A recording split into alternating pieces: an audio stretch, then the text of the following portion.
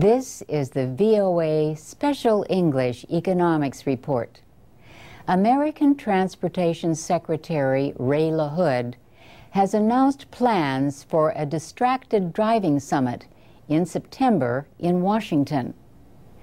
Transportation and law enforcement officials, safety activists, and others will discuss how to deal with drivers who do other things as they drive. Talking on the phone has long been an issue, but text messaging while driving has gained more attention recently following a number of deadly crashes. Right now, though, distracted driving is not the only thing Secretary LaHood has to think about. For the first time in many months, large numbers of Americans have been buying new cars. And here is at least part of the reason why. In late July, the government began paying for people to trade in older vehicles for newer ones with greater fuel economy. The program was named the Car Allowance Rebate System, but people know it as Cash for Clunkers.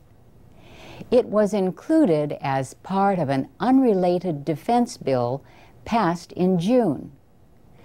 Congress provided $1 billion for car dealers to pay for trade-ins. Qualified buyers can receive up to $4,500 toward a new vehicle. So far, most of the trade-ins have been trucks, and the majority of new purchases have been cars. Dealers are required to make the trade-ins unusable by destroying the engine, then recycle the old vehicles into scrap metal. The $1 billion was supposed to last until November, but officials said most of that money was quickly spent because of the popularity of the program. President Obama asked Congress for an additional $2 billion, which might last through Labor Day, September 7th. The House of Representatives quickly agreed to the additional money. Democrats and Republicans in the Senate later reached a deal that gave final approval. Cash for Clunkers has its critics. Liberals say the fuel efficiency requirements for the replacement vehicles are not strong enough for the environment.